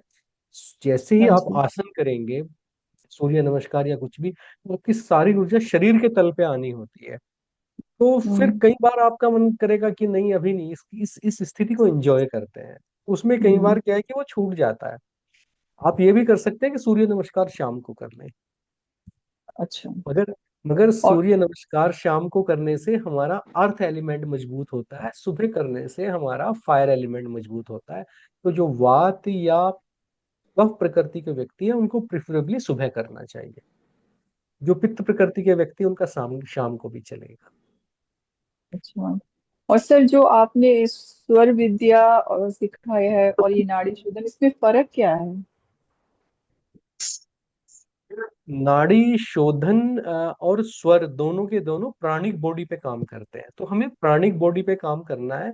स्वर से दिन की शुरुआत करनी है हमें, और दिन भर अपने स्वर का ध्यान रखना है, उसके लिए अलग प्रोटोकॉल देंगे। नाड़ी शोधन से आपका नाड़ियों को शुद्ध करते हैं, जिससे स्वर विद्या ज्यादा प्रोमिनेंट होकर आप पे काम करती है। और शरीर में किसी प्रकार, देखिए बीमार हम क्यों होते हैं? बीमार हम होते हैं जब शरीर की 72,000 नाड़ी जो पूरे शरीर में फैली हुई है, उनमें से नाड़ियां कुछ जगह पे प्राण ऊर्जा का संचार नहीं करती हैं, तो वहां हम बीमार होने लगते हैं। बीमार हो वो जाते नाड़ियां हैं। साफ हो जाएंगी तो जो हमारा स्वर है वो शरीर के हर एक अंग तक पहुंचेगा। जिस अंग तक स्वर पहुंच गया आपका, फिर वो बीमार नहीं पड़ेगा। इस प्रकार से ये दोनों एक ही चीज है। अच्छा, लेकिन नाड़ी शोधन इसका मतलब ज्यादा जरूरी है, पहले अगर ये हो गया तो स्वर तो इफेक्टिव हो बहुत जाएगा। ज्यादा है नाड़ी शोधन। जब इस पे रिसर्च की गई, मैंने कुछ ग्रंथ भी पढ़े, कुछ आजकल जो मॉडर्न लोग रिसर्च कर रहे हैं, तो उन्होंने नाड़ी शोधन के बारे में जो लिखा है वो माइंड ब्लोइंग है। ये छोटे पैकेट में बड़ा धमाका है, आसान बड़ा है। आप बैठ के मॉर्निंग में 25-30 मिनट में खत्म कर लेते हो उसको, और उसके फायदे बहुत ज्यादा है। किसी भी तरह की बीमारी वगैरह में फायदा करते हुए देखा गया है, जब रिलीजियसली हम उसे करते हैं तो। तो सर, जो 3 दिन आप रिकॉर्डिंग कराएंगे, रिकॉर्डिंग से कराएंगे, तो बिल्कुल बिल्कुल। वो आप रिकॉर्डिंग भेजेंगे तो, या फिर नहीं, डायरेक्ट? वो हम सब लोग बैठेंगे, मैं भी वहीं पे होऊंगा। वो पिछले दिन की अच्छा। रिकॉर्डिंग होगी, मैं साथ साथ इंस्ट्रक्शन भी दूंगा, आपके साथ भी करूंगा, है ना। कई बार जब मैं बहुत ज्यादा कराता रहता हूँ, बीच में बोलता रहता हूँ, तो मेरा ही सांस बीच में टूटता रहता है। कई बार मुझे भी करने की जरूरत होती है ना, हाँ जी, या एक ही चीज जरूरी तीन है। करनी सर है तो उसमें आप देखेंगे कैसे कि हम सही कर रहे हैं या नहीं कर पा रहे हैं सही से, या फिर उस समय आप, हम तो गलत करे जा रहे हैं, आप अपना कर रहे हो, या फिर कैसे पता चलेगा? वो देखिए, एक दो दिन आप गलत करेंगे, बाद में सेशन के बाद जब हम सवाल जवाब करते हैं तो उसमें अगर आपको कहीं पे डाउट आ रहा है ना, हाँ तो जी। आप पूछ सकते हैं उसमें। ऐसा कोई रॉकेट साइंस नहीं है कि कुछ गलत कर लेंगे आप। बस यही होगा कि जब मैं कह रहा हूँ कि नाभि चक्र पे ध्यान को लाइए, आपको ये फीलिंग आएगी कि पता नहीं नाभि चक्र पे आ रहा है कि नहीं आ रहा है, मेरा ध्यान ये नाभि चक्र पे है, तो कैसे लेके आए, है ना। या मैंने कहा कि नहीं, अभी जो ब्रेथ है उसको 6 सेकंड होल्ड करना है, तो हाँ होल्ड जी। करने के टाइम पे आपको ये लगेगा कि 5 सेकंड किया है, 7 सेकंड किया, 10 तो नहीं हो गया। बस इतना ही फर्क आता है। बाकी उस तरह के आसन हम नहीं इसमें कर रहे हैं जो किसी योग शिक्षक की देख रेख में सामने करने चाहिए, है ना। ये सिंपल ब्रीदिंग प्रोटोकॉल्स हैं, और उसमें कोई बहुत ज्यादा मुश्किल चीज नहीं होती है। मुश्किल से एक हफ्ते में सधने लगता है, आप बिल्कुल ठीक करेंगे उसमें। कोई भी डाउट होने की स्थिति में सेशन के बाद सवाल जवाब में आप पूछ सकते हो। तो हम आपको जब करेंगे, आप सामने बैठ के देख भी लेंगे, और मैं भी करके दिखाऊंगा आपको, तो उसमें चिंता की बात नहीं करनी। अच्छा, थैंक यू। ठीक है, प्रियव्रत जी कुछ कह रहे हैं? हाँ जी गुरु जी नमस्ते। ये नमस्ते बोल रहा जी। था कि अगर जो आप 350 को उठने के लिए बोले, कभी अभी हमारा 15 दिन शिफ्ट मेरा 2 बजे खत्म होता है, तो वो प्रॉब्लम। तो फिर आप, जब आपका शिफ्ट रहता है ना, उस टाइम पे आपको रिकॉर्डिंग से काम चलाना पड़ेगा, ओके। है ना। इवनिंग में कर लेना आप। ठीक है ठीक। जी। सर नमस्कार जी। सर। जी संजना जी बताइए। सर मैं पिछले 3 महीने से सुदर्शन क्रिया कर रही हूँ, हाँ तो हाँ। के साथ इसको ज्वाइन कर सकती हूँ मैं? पर समय कैसे निकालेंगे, आप दोनों के लिए निकाल लेंगी? उसमें मेरे को सर आधा घंटा लगता है। तो निकाल 7 बजे लेंगी तक समय तो फिर हाँ, तो ठीक है, इसको 5 बजे कर लीजिए, उसको 7 बजे कर लीजिए। कर सकते दोनों चीज। हाँ, सुदर्शन क्रिया में तो मेनली आपका भस्त्रिका वगैरह सब रहता है, हाँ, तो वो तो एक सांसों का अलग भी है से। सर, उसमें सांसों का भी रहता है। हाँ हाँ हाँ, सारी चीजें हैं, वो तो गुरुदेव ने पूरा एक प्रोटोकॉल अलग से बनाया हुआ है। तो अच्छा है वो, आप कर सकते हैं। मॉर्निंग में इसको कर लीजिए 5 से 5:45 तक, फिर आधा घंटा आप 7 से 7:30 कर सकते हैं उसको। जी जी। जी। ठीक है। इसमें ना, जैसे किसी को कोई प्रॉब्लम है, कोई कहता है कि मुझे जो है बीपी की प्रॉब्लम है, या मुझे फैटी लिवर हो गया है, मैं डायबिटिक हूँ, उस हिसाब से हम लोग डिफरेंट डिफरेंट प्रोटोकॉल चेंज भी करेंगे इसमें। तो ये हमेशा सबके लिए कॉमन नहीं होगा, जैसे जैसे आगे बढ़ेगा फिर ये थोड़ा सा स्पेशलाइज्ड होता जाएगा लोगों के लिए। तो इसीलिए ये बाकी क्रियाओं से थोड़ा सा अलग लगेगा आपको।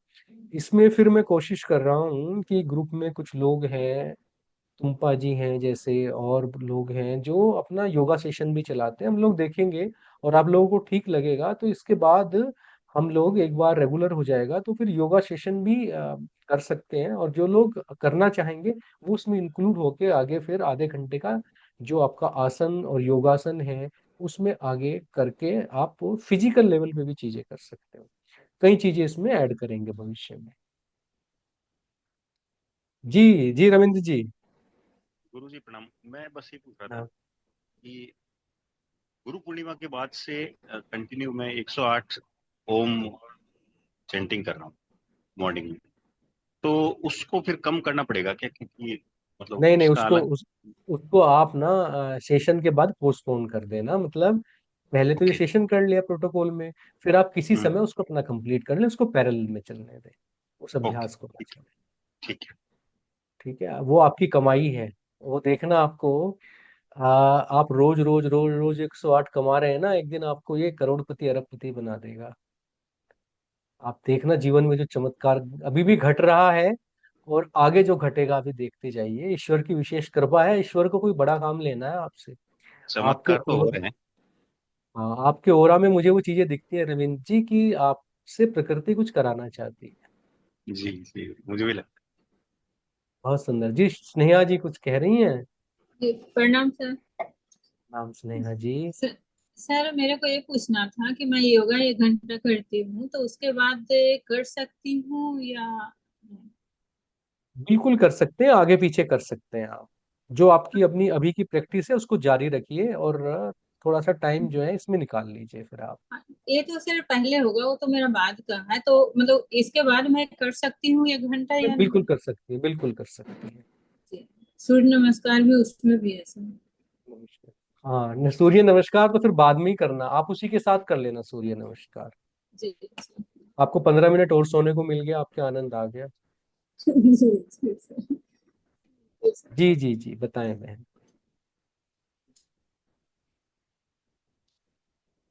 घनश्याम जी कैसे हैं? बढ़िया सर, बढ़िया। कैसे हो आप सर? अभी अहमदाबाद शिफ्ट हो गए? हाँ, अहमदाबाद हो गया हूँ मैं, 4 महीना हुआ है। आपकी कृपा से इधर आ गए हम बच्चों को पढ़ाने के लिए, बिजनेस भी इधर एक्सपांड करेंगे। और विजन भी बहुत बड़ा बनाया है, मतलब आपको बाद में फोटो भेजूंगा, विजन बोर्ड भी बनाया है। बहुत अ, सुंदर। बहुत लंबी दूरी खींची है। ऐसे ही तो लोग चाहिए। देखिए हाँ कि मेरी ये इच्छा है कि जितने भी लोग जुड़े हैं, हाँ अबंडेंस और आउट ऑफ बॉक्स थिंकिंग और बड़ी चीजें सबके जीवन में घटित हो। आप मॉर्निंग का जो ये समय है, हाँ। दुनिया के जब 25,000 सबसे बड़े लोगों के साथ रिसर्च की गई, तो वो सारे वो लोग थे जो 4 बजे से लेके 6 बजे तक का समय सबसे उचित कार्यों में लगाते थे। हाँ। और जो लोग 8 बजे तक सोते हैं, वो अगर करोड़पति भी हैं, जीवन भर दूसरे की नौकरी करेंगे। ओके। ये बात हाँ हाँ समझ हाँ। रहे हैं ना? तो अगर आपको मालिक बनना है, कुछ बड़ा करना है, तो 4 से 6 बजे तक का समय प्रकृति ने आपको दिया है। बहुत फार्मूले की बात बता रहा हूँ। इस सही समय बात है। जाइए और करिए, आपका दिमाग पैराशूट की तरह खुलेगा, और जीवन में जो आपने करना चाहा है उसे प्रकृति को, माँ शक्ति को आप सौंपिए। वो आपको रिटर्न करके देंगी, तो आप ये बोलोगे कि इतना तो मैंने भी नहीं सोचा था। नहीं सोचा था, सही है, सही है। हाँ। बिल्कुल होगा, बिल्कुल हो जाएगा। और 100% होगा। जी, और किसी का कोई प्रश्न है तो पूछे, नहीं तो फिर आज सेशन को बाइंड करते हैं। एक सेशन हम लोग जो है 1 तारीख से पहले फिर करेंगे, जिसमें मैं आपको प्रोटोकॉल्स वगैरह ठीक से बता दूंगा, ताकि फिर आप लोग जब सेशन स्टार्ट हो तो उस टाइम पे ज्यादा टाइम हमारा बताने में न लगे, करने में लगे। ठीक है? सर एक क्वेश्चन मैं भी पूछ रहा। जी अनुज जी, आपका तो फिर से काफी लेट हो गया होगा। हाँ नहीं, वो तो कोई बात नहीं। मैं ये पूछना चाह रहा हूँ कि ये प्रैक्टिस 3:50 AM से ही स्टार्ट करनी है, क्योंकि हम लोग तो 4.5 घंटे आगे हैं, तो रिकॉर्डिंग देख के ही करना पड़ेगा अगर। आपको, हाँ, आपका तो रिकॉर्डिंग से ही चलेगा, क्योंकि आपका तो वहां पे फिर जो है 9:30-10 बज जाएंगे, तब तक तो आदमी ब्रेकफास्ट वगैरह करके काम पे भी चला जाता है। एक्चुअली ना तो मैं ब्रेकफास्ट करता हूँ ना मैं काम पे जाता हूँ, क्योंकि मैं वर्क फ्रॉम होम करता हूँ, और मैं ब्रेकफास्ट तो करता भी नहीं हूँ, खाली 2 मील्स लेता हूँ। पहली मील मेरी 11:30 बजे ही होती है। आप फिर एक काम करेंगे, मॉर्निंग में रिकॉर्डिंग से करेंगे और 9:30 बजे हमारे साथ करेंगे। मॉर्निंग वाला आपकी ठीक। चॉइस है, आप करें ना करें, क्योंकि नाड़ी शोधन, मैं अब आपको ज्योतिषीय ढंग से बताता हूँ कि जब भी सूर्य केंद्रीय घर में आता है 24 घंटे में 4 बार, आप 4 बार नाड़ी शोधन कर सकते हैं। सूर्य पहले घर में आए, सूर्य 10वें घर में आए, सूर्य 7वें घर में आए, सूर्य फिर आपके चौथे घर में आए, जो रात्रि के 11 से 1 बजे तक रहते हैं। उन समय में नाड़ी शोधन का अभ्यास करने से 10 गुना आपको फायदा होता है। तो जो सुबह आप कर रहे होंगे 9:30 बजे हमारे साथ, तो आप उसे दूसरा राउंड कंसिडर करें, तो उसका भी आपको ठीक है। फायदा होगा, प्रोवाइडेड कि आपने फिर ब्रेकफास्ट कुछ किया हो, तो थोड़ा बहुत वैसा लिया हो जो बहुत सॉलिड ना हो, तो फिर वो चल जाएगा। नहीं, मैं सुबह सर एक कॉफी लेता हूँ, मैं कुछ नहीं खाता सुबह।